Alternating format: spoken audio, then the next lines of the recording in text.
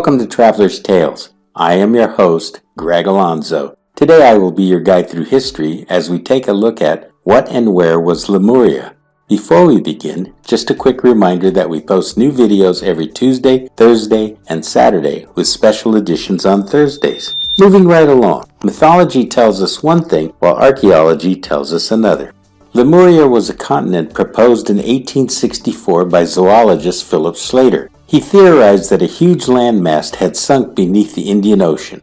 Later, his believed findings were appropriated by occultists in supposed accounts of human origins. The theory was discredited with discovery of plate tectonics and continental drift in the 20th century. The hypothesis was proposed as an explanation for the presence of lemur fossils in Madagascar and India, but not in Africa or the Middle East. Biologist Ernst Haeckel's suggestion in 1870 that Lemuria could be the ancestral home of humankind caused the hypothesis to move beyond the scope of geology and zoogeography, ensuring its popularity outside the framework of the scientific community. Occultist and founder of Theosophy Helena Blavatsky during the latter part of the 19th century placed Lemuria in the system of her mystical religious doctrine, claiming this to be the homeland of human ancestors whom she called Lemurians. The writings of Blavatsky had a significant impact on Western esotericism, popularizing the myth of Lemuria and its mystical inhabitants. Theories about Lemuria became untenable when in the 1960s the scientific community accepted Alfred Wegener's theory of continental drift, which he presented in 1912. But the idea lived on in popular imagination, especially in relation to the Theosophist tradition. The evolution of this tale was hypothesized as a land bridge, now sunken, which would account for certain discontinuities in biogeography. This idea has been rendered obsolete by modern theories of plate tectonics.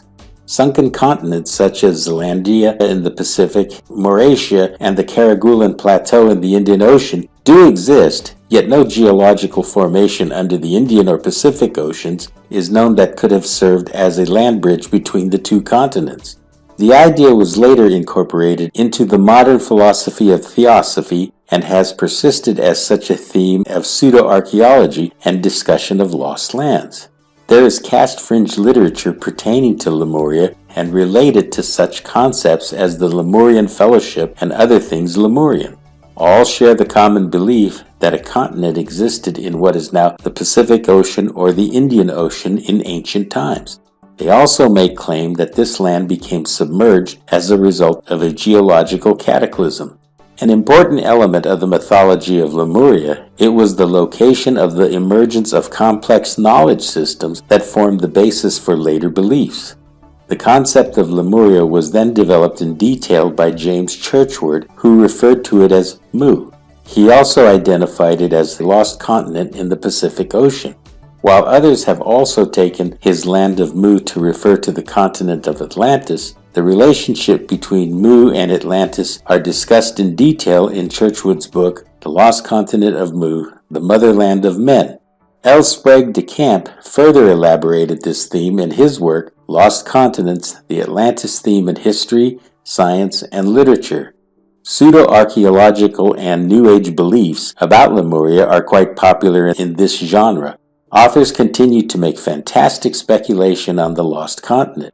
Some Tamil writers, such as Devanaya Pavanar, have associated Lemuria with Kumari Kandam, a legendary sunken landmass mentioned in the Tamil literature, claiming that it was the cradle of civilization.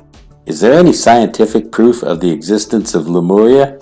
In 1864, zoologist Philip Schlater published an article in the Quarterly Journal of Science questioning why there were fossils of lemurs in Madagascar and India, but not in Africa or the Middle East.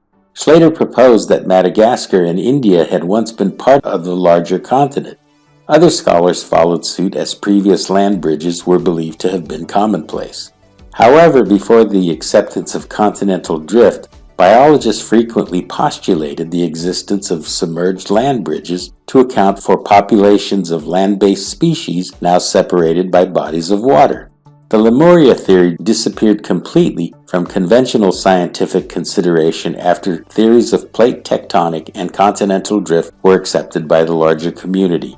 In 1894, Frederick Spencer Oliver published A Dweller on Two Planets. He makes claim that the survivors from the sunken continent of Lemuria were living in or on Mount Shasta in Northern California. Oliver claimed the Lemurians lived in a complex of tunnels beneath the mountain and were occasionally seen walking the surface dressed in white robes. In 1931, Harvey Spencer Lewis, using the pseudonym Wishart Spenley Survey, followed up by publishing a book about the hidden Lemurians of Mount Shasta. Today, many believe that this work is responsible for the continued widespread popularity in the legend of Lemuria. This brings us to the end of What and Where Was Lemuria? Thank you for joining us for this edition of Traveler's Tales. If you enjoyed this video, please consider becoming a channel sponsor. Your support will enable us to continue releasing quality videos, and buying me a coffee always makes my day. Don't forget to like and subscribe to Traveler's Tales. This really is the best way to help our channel grow. Until we meet again at the crossroads of folklore and fact, Cartistos.